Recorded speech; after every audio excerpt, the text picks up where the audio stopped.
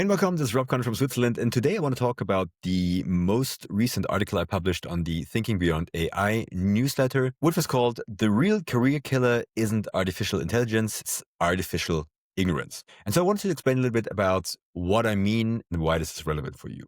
So first of all, let me start by saying the whole discussion around, AI is going to take our jobs. It's a little bit similar to the discussion that we're having around, immigrants taking the jobs in our country. And every time I hear someone saying, well, these immigrants are taking our jobs, what I'm always thinking is, well, if someone is coming to a country and doesn't speak a language and doesn't have a professional network and doesn't have any qualifications and doesn't have a leg to stand on, and that person is taking your job, well, probably the problem isn't that person, and probably the problem is you. And in a way, the same is true for the whole discussion around, well, AI is going to take my jobs. So first of all, let me start by saying, is AI going to take jobs away from the job market? And the answer is absolutely. We will see massive changes in the job market. We will see jobs disappear. We will see new jobs come up as well. But there are industries where job loss is going to be an issue. A lot of times when I'm talking to people that say, well, artificial intelligence is going to take my job away at some point in the future, the issue is not that artificial intelligence will take the job away.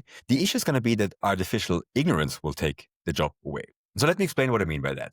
So what is artificial ignorance? So first of all, I was super proud when I coined the term and I thought I was the first, but actually when I did some research after I posted the article, some people used the term before me. So all credits go to them, and no, I was not the first. So artificial intelligence in my mind is when you deliberately choose to ignore some of the aspects of artificial intelligence that could actually help you in your job, and you choose to stay uninformed when everyone else is getting informed about what AI can do, how AI is going to impact your job, and what would be measures or countermeasures to prevent AI from taking your job away, quote unquote. So in a way, it's deliberately staying uninformed about AI. And the comparison I make in the article is it's the same as staying illiterate in a world full of books where knowledge is free and you can get every book in the world for free.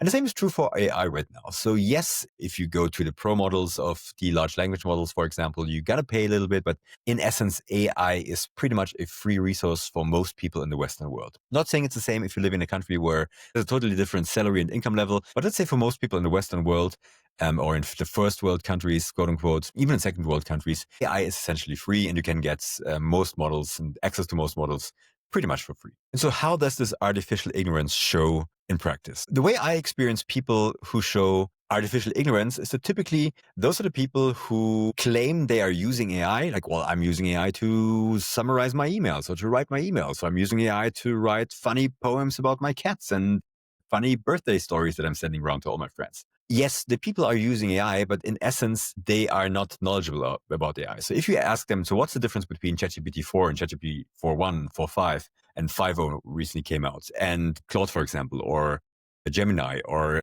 Perplexity, or whatever it's going to be, they cannot give you an answer. If you ask them, how is AI being strategically used in your business? They can give you an answer. If you ask them, or if they say AI changes everything, and then you ask them, okay, what does it change exactly? They can give you an answer. So they use AI in a very unsophisticated, primitive way. They prompt AI as if they're talking to a stupid intern. They wait for people in the company to tell them what to do with regards to AI. They stay uninformed about AI. They follow some AI influencers, but they never take action on what they learn from these influencers. So in essence, they deliberately choose to stay artificially ignorant. And how does this show in day-to-day life? How does this show in these people's jobs? Like, the thing is, if you choose to stay ignorant, what's going to happen to you?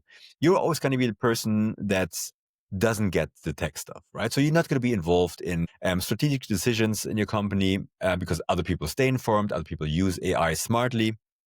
So they are ahead of you. You're going to lose out more and more compared to these people. Your colleague becomes the AI person on the team. You're becoming the person who never gets invited to the important meetings. Your colleague is being super efficient and you are the person who just lags behind and seems to be working while everyone is enjoying their third coffee break. It shows in day-to-day life, and it shows that you choose to deliberately stay uninformed. Now, what's the cure for this? First of all, stop using AI as a party trick, right? I mean, it's nice that we can create these poems about our cats and dogs and these cheesy birthday poems about people, which are most of the time so horribly bad because people don't even take the time to feed the LLM with the right information to make it personalized. So stop using AI as a gimmick and start thinking about AI as a strategic tool that you can use in your job role, in your business, and think about how can AI be useful in a strategic way? This could be in research, this could be in business analytics, this could be in business strategy. And essentially, this is in all the areas and all the fields where you would use AI beyond just the obvious stuff, right? Like, writing emails or just summarizing stuff that like everyone else is doing. So you want to stand out from the crowd by using AI in a smart way,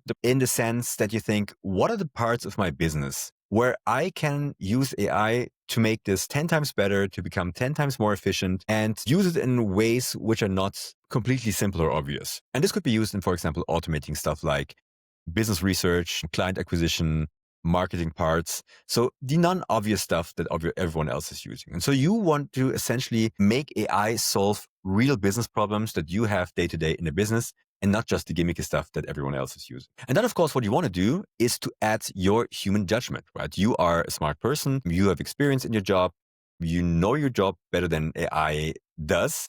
And so you can tweak it. You can understand the context. You can add your personal wisdom. You can add your business understanding and acumen.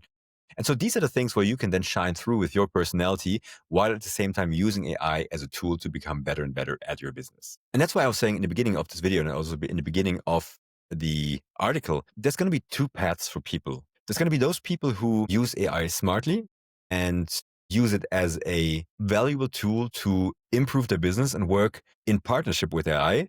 And there's going to be the people who just dabble around. They're not going to deep dive into stuff. They're not going to use tools. They're not going to experiment with the tools. They're not going to invest the time to learn about AI. Well, and those will be the people that will be replaced in the first place. And will every job be replaced? Absolutely not. We're still going to need humans in all levels, across all the businesses. Will some jobs be automated? Yes, that's also going to be replaced. But mostly the jobs that are going to be replaced first are the jobs where the person doing the job is not proving an additional value beyond just AI. Right? And if AI can completely automate your job because you're not putting any effort into thinking about how can I use AI to still provide value to the company or still provide value to my business, well, then you're going to be replaced. That's going to be the reality. So choose the path where you can be the person that thinks about and demonstrates how to use AI to add value to your existing role, to become more efficient, to become better, to become faster, to deliver higher quality. And if you think about it, you don't need to be an AI expert. You don't need to be a person which is super technical and knows all the latest papers and everything in the marketplace. There's people who take a lot of time studying what's happening. They are working on a very technical level. They are very good at the research part of everything. You don't need to be that person.